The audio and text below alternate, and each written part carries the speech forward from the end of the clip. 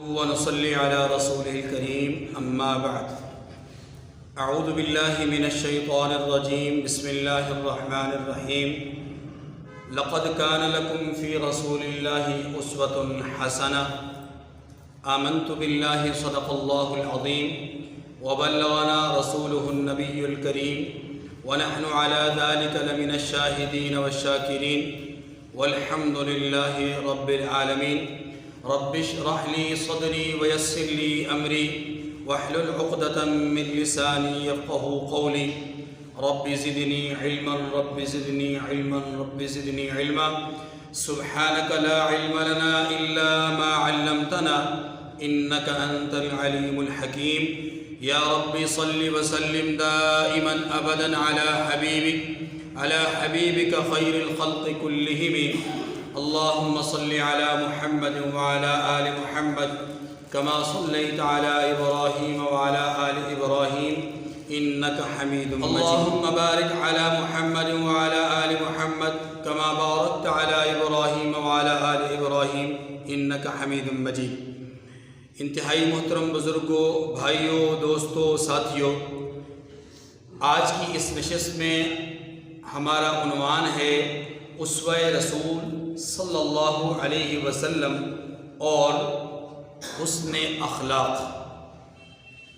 اس عنوان کو اور موضوع کو ہم 3 حصوں میں تقسیم کریں گے. پہلا حصہ اخلاق کے حوالے سے بنیادی کچھ باتیں.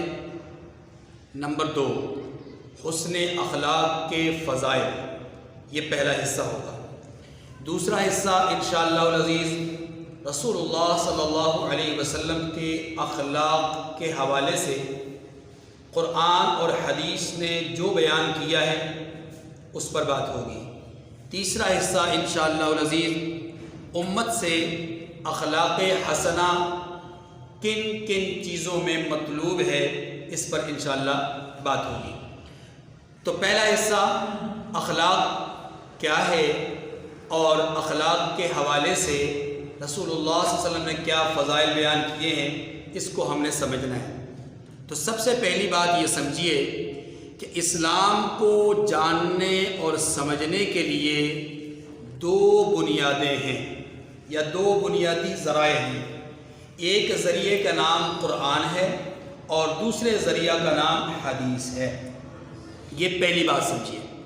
اس کا مطلب یہ ہوا کہ جو بات قرآن اور حدیث کی وساطت سے ہمیں کہی جائے گی، بتائی جائے گی، سمجھائی جائے گی، وہی بات حقیقت میں اللہ کی رضا ہوگی، رسول کی رضا ہوگی اور دنیا اور آخرت کی بھلائی کا ذریعہ ہوگی. پہلی بات. دوسری بات یہ ہے کہ آج ہم معاشرتی طور پر اجتماعی حالات پر نظر ڈالیں تو امت مسلمہ کا حال یہ ہے کہ ہماری رسول اللہ صلی اللہ علیہ وسلم کے لائے ہوئے دین کے ساتھ جو مناسبت اس وقت نظر آ رہی ہے وہ نہ تو عملی ہے اور نہ ہی علمی ہے. کیا مطلب؟ دین، اسلام، شریعت ہماری زندگیوں سے، ہماری روزمرہ کے حالات سے وہ نکل چکا ہے.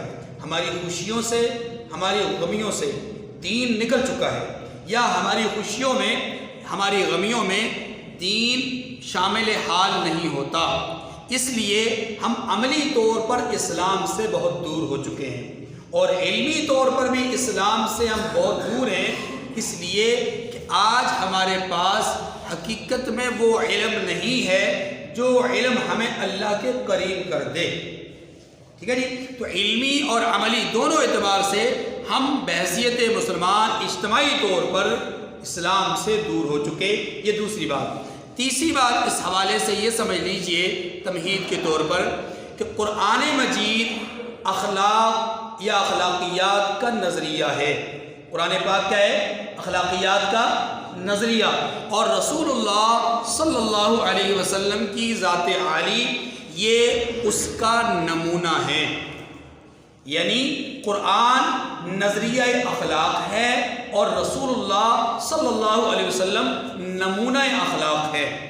اور یاد رکھیے کہ ذریعہ اخلاق کو بھی، نظریہ اخلاق کو بھی اپنانا ضروری ہے اور نمونہ اخلاق کو بھی اپنانا ضروری ہے۔ اسی لیے قرآن مجید نے ہماری رہنمائی کی ہے، لَقَدْ كَانَ لَكُمْ فی رسول اللہ اسوۃ حسنہ سے، کہ رسول اللہ صلی اللہ علیہ وسلم کی حیات طیبہ تمہارے لیے بہترین نمونہ ہے، اس لیے کہ آپ صلی اللہ علیہ وسلم ان اخلاقیات کا نمونہ ہیں جو اخلاقیات قرآن مجید میں موجود ہیں۔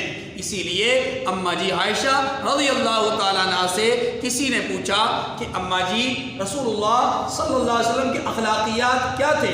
اما تقرأ القرآن، رسول اللہ صلی اللہ علیہ وسلم کی زوجہ مطہرہ حرم رسول ام المؤمنین سیدہ کائنات طیبہ طاہرہ عفیفہ پاک دامنہ حضرت عائشہ رضی اللہ تعالیٰ عنہ کیا جواب دیتی ہیں کہ اما تقرأ القرآن، کیا آپ نے قرآن نہیں پڑھا؟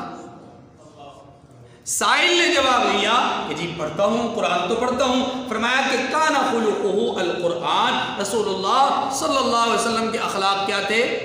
قرآن، یعنی قرآن نے جو کہا رسول اللہ نے عمل کر کے دکھلایا۔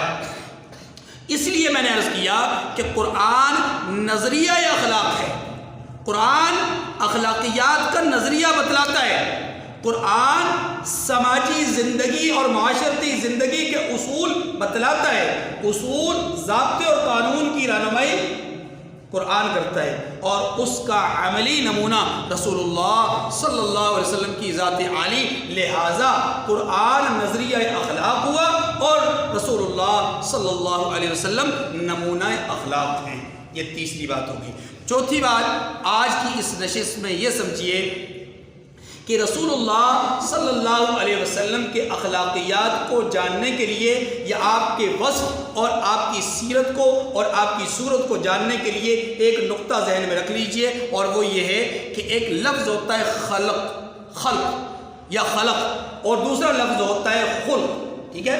یہ جو خلق اور خلق ہے اس کا معنی ہوتا ہے بنانا، جی تخلیق کرنا یا صورت کا ہونا وغیرہ وغیرہ، اس کے بہت ساری یہاں پر مفہوم اور معنی بیان کیے جا سکتے ہیں۔ رسول اللہ صلی اللہ علیہ وسلم کی ذات اور آپ کے صفات کے حوالے سے یہ نقطہ عرض کر رہا ہوں، چونکہ ہمارا عنوان یہی ہے کہ اسوہ رسول صلی اللہ علیہ وسلم اور حسن اخلاق۔ تو اسوہ رسول کو جاننے کے لیے سمجھیے کہ ایک ہے وجود رسالت اور ایک ہے صفات رسالت۔ تو وجود رسالت کے اعتبار سے بھی آپ وصف کمال پر پہنچے ہوئے، اور اتنے کمال پر پہنچے کہ سیدنا حسان ابن ثابت رضی اللہ تعالیٰ عنہ فرما چکے کہ کأنک قد خلقت کما تشاء، آپ کو بنایا ایسے گیا گویا آپ چاہتے گئے، رب صورت ڈالتے گئے، ٹھیک ہے؟ تو ایک ہے خلق اور ایک ہے خلق۔ خلق بمعنی صورت اور خلق بمعنی صفات، آپ یوں کہہ لیجیے۔ تو آپ صلی اللہ علیہ وسلم صورت کے اعتبار سے بھی سب سے زیادہ بلند مرتبہ تھے، سب سے زیادہ حسین و جمیل تھے، سب سے زیادہ عرفہ اور اعلیٰ تھے، سب سے زیادہ بہترین تھے، اور ایسے سانچے سے ڈالے گئے کہ جس سانچے کو رب ذوالجلال نے کسی اور کے لیے استعمال ہی نہیں کیا۔ الم نشرح لک صدرک سینہ اطہر، والضحی چہرہ اطہر، واللیل اذا سجا زلف مبارک، ما زاغ البصر، نہ آپ کے جو آنکھیں ہیں ان کا تذکرہ، اور اسی طریقے سے رسول اللہ صلی اللہ علیہ وسلم کی زبان اطہر کا ذکر قرآن مجید میں موجود، آپ کے سینہ اطہر کا ذکر قرآن پاک میں موجود، آپ کے کمر مبارک کا پشت مبارک کا ذکر قرآن پاک میں موجود، آپ کے قدمین کا ذکر قرآن پاک میں موجود، آپ کے شہر کا ذکر قرآن پاک میں موجود۔ اس وقت چونکہ اس عنوان پر ہم مزید بات نہیں کریں گے، صرف اتنی بات سمجھ لیجیے بطور تمہید کہ ایک ہے خلق اور ایک ہے خلق۔ اللہ کے رسول صلی اللہ علیہ وسلم خلق میں بھی تخلیق میں بھی سب سے اعلیٰ بنائے گئے، اور صورت کے ساتھ ساتھ آپ سیرت میں بھی سب سے اونچے کہ وَرَفَعْنَا لَكَ ذِكْرَكَ، آپ کا ذکر بلند کیا گیا، اور آپ کی سیرت کو ایسا بنایا گیا کہ وہ نمونہ کائنات بن گئی، یعنی پوری کائنات کے لیے نمونہ بن گئی۔ تو قرآن نظریہ اخلاق اور رسول اللہ نمونہ اخلاق، حضور علیہ السلام کا خلق بھی سب سے اونچا اور آپ کا خلق بھی، آپ کے اخلاقیات بھی سب سے اونچے۔ اس کے بعد اب اگلی بات یہ سمجھیے کہ رسول اللہ صلی اللہ علیہ وسلم نے اخلاقیات کے حوالے سے اپنی امت کی کیا تعلیم ارشاد فرمائی ہے۔ تو اخلاقیات کے حوالے سے یہ بات جان لیجئے کہ اخلاق ہر اس صفت کو کہتے ہیں، اخلاق حسنہ ہر اس صفت کو کہتے ہیں کہ جس صفت کے پانے کا شریعت نے حکم دیا ہے، اور ہر اس برائی کو ترک کرنے کا نام اخلاقیات ہے جس کو شریعت نے ترک کرنے کا حکم دیا۔ آسان لفظوں میں نے جسے کرنے کا حکم دیا اور جسے چھوڑنے کا حکم دیا وہ ہم کر لیں تو خلق حسن، وہ ہم چھوڑ دیں تو خلق حسن۔ چھوڑی ہوئی چیز کو، چھوڑی جانے والی چیز کو کریں گے تو بد اخلاقی، کرنے والے کام کو نہیں کریں گے تو بد اخلاقی۔ بد اخلاقی کا معنی صرف یہ نہیں کہ آپ کسی کو گالی دیں، آپ کسی کے ساتھ تش روی سے پیش آئیں، بد خوئی سے پیش آئیں، آپ کسی کے ساتھ برا کلام کریں، بری گفتگو کریں، یا تند اور تیز مزاج سے آپ کسی کے سامنے پیش آئیں، کسی کے ساتھ پیش آئیں۔ صرف یہی بد اخلاقی نہیں، یہ بھی ہے، یہ بھی ہے، لیکن بد اخلاقی اور حسن اخلاق کو سمجھیے کہ حسن اخلاق ہے اچھی صفات کو پانا اور بری صفات کو چھوڑنا۔ جو اس کا برعکس کرے گا وہ بد اخلاق ہوگا۔ وہ کون ہوگا؟ بد اخلاق ہوگا۔ اب یہ سمجھیے کہ جو مسلمان اللہ کے بتلائے ہوئے احکامات اور اللہ کے بھیجے ہوئے احکامات پر عمل کرتا ہے، رسول اللہ کے طریقے پر عمل کرتا ہے، وہ اخلاق حسنہ کا مالک ہے، وہ اخلاق حسنہ کا، اور اخلاق حسنہ میں ہر چیز موجود ہے، یہاں تک کہ دشمن کے مقابلے میں اعلاء کلمت اللہ کے لیے تلوار اٹھا کر کے میدان میں نکلنا بھی حسن اخلاق کا ہی ایک شاہکار اور نمونہ ہے۔ بات سمجھ رہے ہیں؟ اور اگر کوئی کافر دین اسلام پر انگلی اٹھائے، کوئی کافر کسی بھی شعائر اسلام میں سے کسی کی توہین کرے، کوئی آدمی رسول اللہ صلی اللہ علیہ وسلم کے لائے ہوئے دین اور پیغام پر کسی قسم کی حد آمیز لہجے اور گفتگو یا زبان کا استعمال کرے، تو ایسے آدمی کو قرار واقعی سزا دلوانے کے لیے کوشاں ہونا یہ بھی حسن اخلاق ہے، یہ بھی حسن اخلاق ہے۔ بد اخلاقی یہ ہے کہ بری صفات کو اپنایا جائے، اچھی صفات کو چھوڑا جائے، یہ بد اخلاقی ہے۔ اور یاد رکھیے سب سے بڑا بد اخلاق کافر ہے۔ ہم کہتے ہیں نا کہ جی وہ یورپ کے رہنے والے، وہ انگریز، وہ یہودی، وہ عیسائی، ان کے اخلاقیات بڑے اچھے۔ کون کہتا ہے اخلاقیات اچھے؟ جسے کلمہ طیبہ لا الہ الا اللہ محمد الرسول اللہ منظور نہیں، رب محمد کی قسم وہ اخلاق حسنہ کا مالک ہو ہی نہیں سکتا۔ بات سمجھ رہے ہیں؟ اخلاق کس کو کہتے ہیں؟ اخلاقی حسنہ کس کو کہتے ہیں؟ اچھی صفات کو پانا اور بری صفات کو چھوڑنا، اور اس کا حقدار کافر نہیں ہو سکتا۔ اس کا حقدار کافر ہے، اس کا مزاج اچھا ہو سکتا ہے، اس کی طبیعت اچھی ہو سکتی ہے، لیکن حسن اخلاق نہیں۔ حسن اخلاق کا پہلا زینہ کیا ہے؟ اطاعت، اور دوسرا زینہ ہے عبادت۔ جس نے اطاعت نہ کی، جس نے عبادت نہ کی، وہ اخلاق حسنہ کا مالک کیسے ہو سکتا ہے؟ تو رسول اللہ صلی اللہ علیہ وسلم نے اخلاق کو اطاعت اور عبادت کی زینت قرار دیا ہے۔ رسول اللہ صلی اللہ علیہ وسلم نے عبادات کے حوالے سے ہمیں یہ ترغیب دی ہے کہ عبادات کا جو معاملہ ہے اس کو ہم اس کے نہج پر، اس کے طریقے پر ادا کریں، اور اس کے لیے قرآن مجید نے بڑا عجیب انداز اختیار کیا ہے۔ اخلاق صرف گفتگو کے اندر نہیں، اخلاق صرف پیشانی کے اوپر بل ڈالنے اور نہ ڈالنے کے حوالے سے اخلاق نہیں، یہ بھی اخلاقیات میں ہے۔ لیکن یاد رکھیے ہم جو نماز پڑھتے ہیں نا، نماز ایک عبادت ہے، اس عبادت کی روح بھی اخلاق ہے. اس عبادت کی روح بھی کیوں؟ اس لیے کہ دیکھیے قرآن پاک نے کہا ان الصلاۃ تنہی عن الفحشاء والمنکر. نماز کیا ہے؟ بے حیائی برے کام سے روکتی ہے. جھوٹ بولنا برا کام، بولیے نا، جھوٹ بولنا برا کام، زنا کرنا برا کام، شراب نوشی برا کام، چوری کرنا برا کام، مال غصب کرنا برا کام، اسی طریقے سے غیبت کرنا برا کام، چغلخوری کرنا برا کام. یہ وہ کام ہیں یا اس جیسے اور بھی ایسے کام ہیں جن میں مسلمان غیر مسلمان کافر مومن کی کوئی تمیز نہیں. پورے کے پورے معاشرے میں ہر فرد ان کو برا سمجھتا ہے کہ نہیں؟ برا سمجھتا ہے، حقیقت میں برا سمجھتا ہے. وہ اور بات ہے کہ عملی طور پر بہت سارے لوگ ان جرائم کا ارتکاب کر رہے ہیں، لیکن حقیقت میں اسے جرم ہی سمجھا جاتا ہے. اب قرآن کیا کہتا ہے؟ قرآن کہتا ہے کہ نماز ان برائیوں سے روکتی ہے. گویا نماز اخلاق حسنہ پیدا کرنے کا ذریعہ ہے. نماز کا مقصد کیا ہوا؟ نماز کا مقصد، نماز کی روح کیا ہوئی؟ ان الصلاۃ تنہی عن الفحشاء. گویا نماز بے حیائی سے روکے گی، نماز فحاشی سے روکے گی، نماز برے کام سے روکے گی. اب جو آدمی برے کام سے رکے گا، فحاشی سے رکے گا، عریانی سے رکے گا، وہ کہاں آئے گا؟ اخلاق حسنہ میں. کہاں آئے گا؟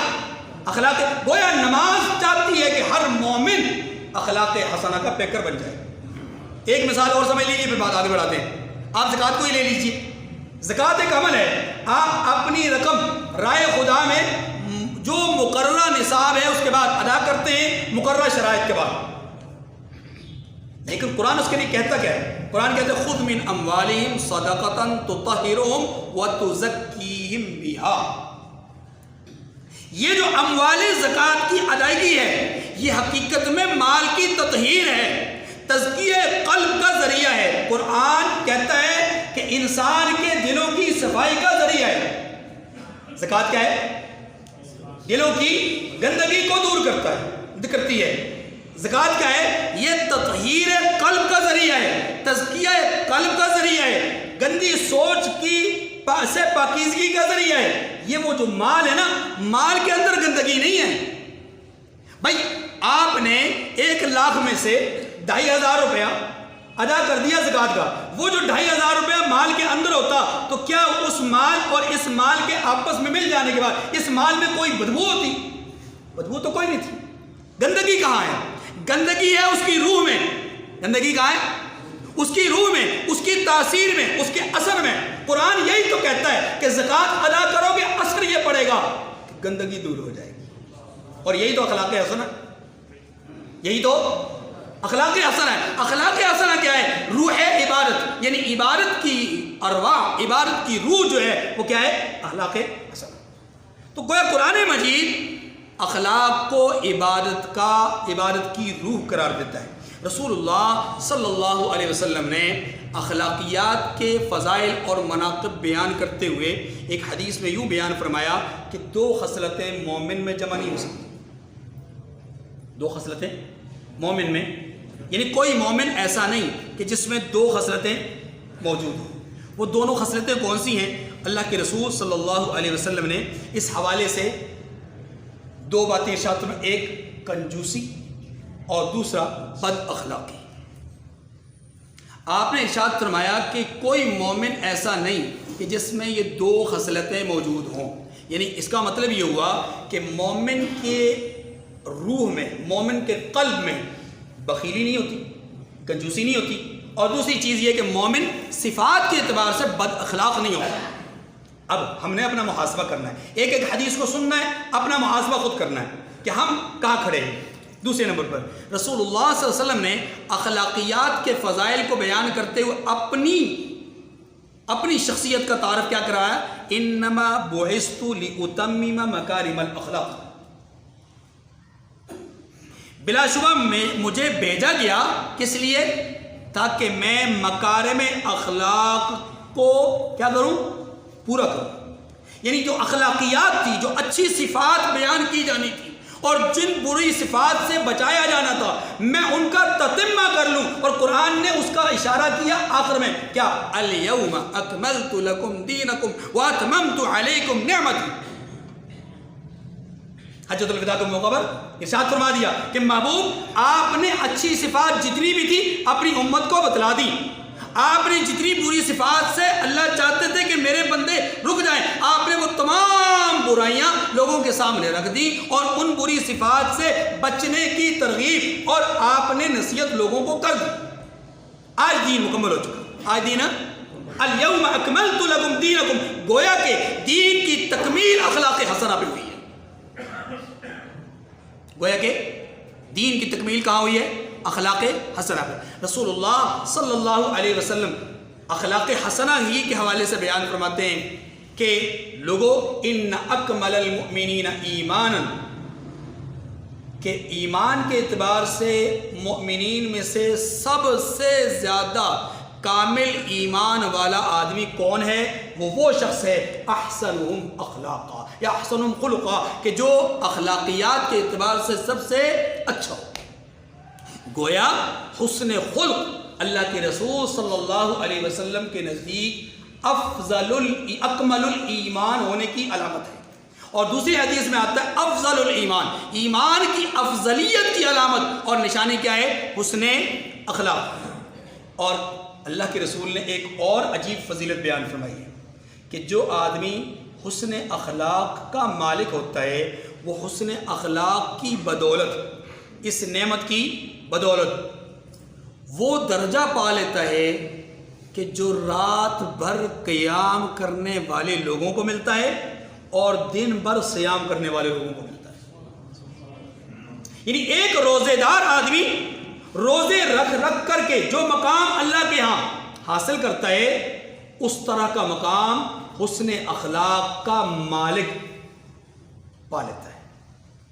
ایک آدمی رات بھر قیام کر کر کے جو مقام اور رتبہ اللہ کے ہاں پاتا ہے، اللہ کے رسول فرماتے ہیں کہ وہی مقام وہی رتبہ اللہ حسن اخلاق کے مالک کو عطا فرماتے ہیں. حضرت انس رضی اللہ تعالیٰ عنہ کہتے ہیں ما رأیت احدا احسن خلقا، میں نے اخلاقیات کے اعتبار سے رحمت دو عالم صلی اللہ علیہ وسلم سے زیادہ اچھے اخلاق، عمدہ برتاؤ اور اچھے مزاج کا انسان کوئی نہیں دیکھا. آپ اخلاقیات کے اعلیٰ ترین منصب پر فائز تھے. اسی بات کو سیدہ عائشہ رضی اللہ تعالیٰ عنہ بھی کہتی ہیں اور دیگر صحابہ کرام نے بھی بیان کیا کہ کانا رسول اللہ صلی اللہ علیہ وسلم احسن الناس خلقا، کہ اللہ کے رسول صلی اللہ علیہ وسلم اخلاقیات میں تمام لوگوں سے زیادہ عمدہ اخلاق کے مالک تھے. رسول اللہ صلی اللہ علیہ وسلم نے اخلاق حسنہ کے مالک کو یوں بھی ارشاد فرمایا کہ احب عباد اللہ الی اللہ، کہ اللہ کے ہاں اس کے بندوں میں سے سب سے زیادہ محبوب بندہ کون سا ہے؟ احسنہم خلقا، کہ جو اچھے اخلاق کا مالک ہوتا ہے. اخلاق حسنہ اس کے فضائل کو بیان کرتے ہوئے رب ذوالجلال کے محبوب پیغمبر صلی اللہ علیہ وسلم نے ایک عجیب اور نقطہ بیان فرمایا کہ قیامت کا دن ہوگا، وزن اعمال ہوں گے، یعنی اعمال کو تولا جائے گا، ہر عمل کا ایک وزن ہوگا، ہر عمل کو ترازو میں رکھا جائے گا. اور پھر فرمایا کہ جو سب سے زیادہ اس ترازو کو جھکانے والا عمل ہے کسی بندہ مومن کا، وہ کون سا ہے؟ حسن اخلاق. حسن اخلاق سے زیادہ بھاری، حسن اخلاق سے زیادہ وزنی عمل قیامت کے دن اور کوئی بھی نہیں ہوگا. یہ رسول اللہ صلی اللہ علیہ وسلم نے ارشاد. آپ علیہ السلام حسن اخلاق کو اللہ رب العزت کی سب سے بڑی عطا قرار دیتے ہیں. آپ ایک موقع پر ارشاد فرماتے ہیں کہ حسن اخلاق کا مالک قیامت کے دن اللہ کے عرش کے سائے میں ہوگا. ایک موقع پر اللہ کے رسول صلی اللہ علیہ وسلم یہ بھی ارشاد فرماتے ہیں کہ حسن اخلاق کا مالک اللہ کے قریب ہوگا. حسن اخلاق کا مالک اللہ کی جنتوں میں بہت بلند مرتبے پر فائز ہوگا. اور ایک موقع پر اللہ کے رسول صلی اللہ علیہ وسلم نے یہ بھی ارشاد فرمایا کہ جنت میں جانے والے جو اعمال، سوال کیا گیا کسی سے پوچھا کہ یا رسول اللہ جنت میں جانے والے کون سے اعمال ہیں، یا جنت میں لے جانے والے کون سے اعمال ہیں جن کو ہم کثرت سے کریں تو ہم جنت میں چلے جائیں؟ اللہ کے رسول صلی اللہ علیہ وسلم نے 2 باتیں ارشاد فرمائی. کیا؟ تقوی اللہ و حسن الخلق. ایک اللہ سے ڈرو اور دوسرا اخلاق حسنہ اپنے اندر پیدا کرو. یہ 2 صفات اپنے اندر پیدا کرو تو تم جنت میں چلے جاؤ گے، اللہ تمہیں جنت میں لے جائے گے.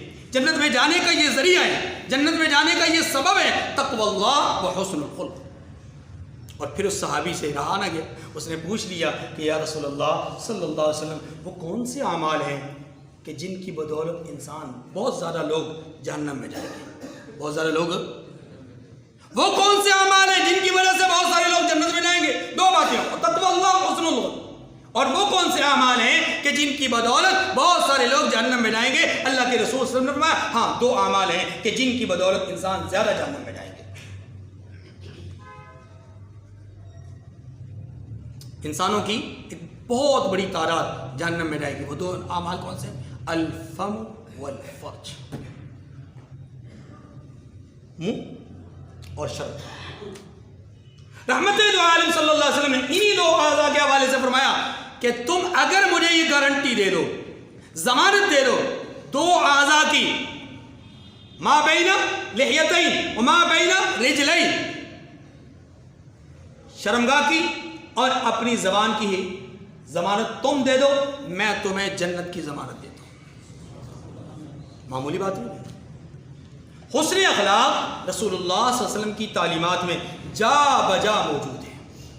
آپ کے عمل میں، آپ کے کردار میں، آپ کی سیرت میں، آپ کے افعال میں، آپ کی گفتار میں، آپ کی تعلیمات میں، آپ کے ارشادات میں، آپ کی نصیحت میں، آپ کی موعظت میں، تو بے انتہا یہ حسن اخلاق کے بے شمار واقعات موجود ہیں، بے شمار قصص موجود ہیں، بے شمار مثالیں موجود ہیں. ہم ان پہ بھی بات کریں گے، لیکن آج کی اس نشست میں ابتدائی طور پر ہم نے یہ جانا کہ اخلاق کیا ہوتے ہیں، اخلاق حسنہ کیا ہوتے ہیں، اور نمبر 2 اخلاق حسنہ کے فضائل رسول اللہ صلی اللہ علیہ وسلم نے ہمارے سامنے کیا رکھے ہیں. اسی بات کو رسول اللہ صلی اللہ علیہ وسلم نے ایک اور انداز میں بیان فرمایا. آپ سے پوچھا گیا کہ سب سے عمدہ ایمان کس شخص کا ہے؟ سب سے عمدہ ایمان ہے یعنی ایمان لانے والوں میں. یعنی اندازہ کیجئے کہ مومن تو سارے کے سارے کافر کے مقابلے میں بلند ہے. مومن سارے کے سارے کافر کے مقابلے میں ہے. یہ بات ذہن میں رکھیے گا. نعمت ایمان اس کائنات کی سب سے بڑی نعمت ہے. نعمت ایمان، ایمان جیسی دولت، ایمان جیسی نعمت اور کوئی نہیں. کیونکہ قرآن پاک نے ایک نقطہ سمجھایا، اجعلتم سقایت الحاج وعمارت المسجد الحرام کمن آمن باللہ والیوم الآخر. یہ جو تم مسجد حرام کو بنا رہے ہو، مشرکین مکہ سے کہا گیا، یہ تم مسجد حرام کو جو بنا رہے ہو، یہ جو تم حجاج کو، حاجیوں کو پانی پلاتے ہو، ان کی مہمان نوازی کرتے ہو، ان کا اکرام کرتے ہو، تمہارے یہ اعمال بہت بڑے ہیں. وہ یار یہ جو رفائی کام ہے، تمہارے بڑے بڑے رفائی کام، بہت عمدہ، بہت اعلیٰ، لیکن سنو تمہارے یہ کام ایمان والے کے ایمان کے برابر نہیں ہو سکتے. یہ جو نعمت ہمارے پاس اللہ نے ہمیں دی ہے نا، مدر پدر مطلب جو ہمیں وساطت سے جو ہمیں اللہ نے نعمت دی ہے، جو ہمیں بغیر مشقت کے ملی ہے، بغیر محنت کے ملی ہے، بغیر کسی تگ و دو کے ملی ہے، بغیر کسی خرچے کے ملی ہے، بغیر کسی تکلیف اور اذیت کے اور بغیر کسی مصیبت کے ملی ہے. اس نعمت کی ہمیں قدر نہیں ہے. ورنہ جنہوں نے کفر کے ماحول میں آنکھ کھولی اور پرورش کفر کے ماحول میں پائی اور پھر ایمان انہوں نے قبول کیا، ان سے پوچھئے ایمان کیا ہوتا ہے. اگر ہم نے ایمان کو پرکھنا ہے، ایمان کو جاننا ہے، تو مکہ کی سرزمین پر تپتی ہوئی ریت پر لٹتے ہوئے بلال حبشی رضی اللہ تعالیٰ کی داستان ہمیں پڑھنی چاہیے. بات سمجھ گئی؟ اس لیے ایمان بہت بڑی نعمت ہے. ایمان اللہ کے رسول صلی اللہ علیہ وسلم نے اسی ایمان میں سے عمدہ ترین ایمان والا کس کو کہا؟ بلند ترین ایمان والا کس کو کہا؟ سوال کیا گیا عمدہ ایمان کس کا؟ جواب دیا رسول اللہ صلی اللہ علیہ وسلم نے خلق حسن. اس شخص کا ایمان سب سے عمدہ، اس شخص کا ایمان سب سے بلند، اس شخص کا ایمان سب سے اعلیٰ و ارفع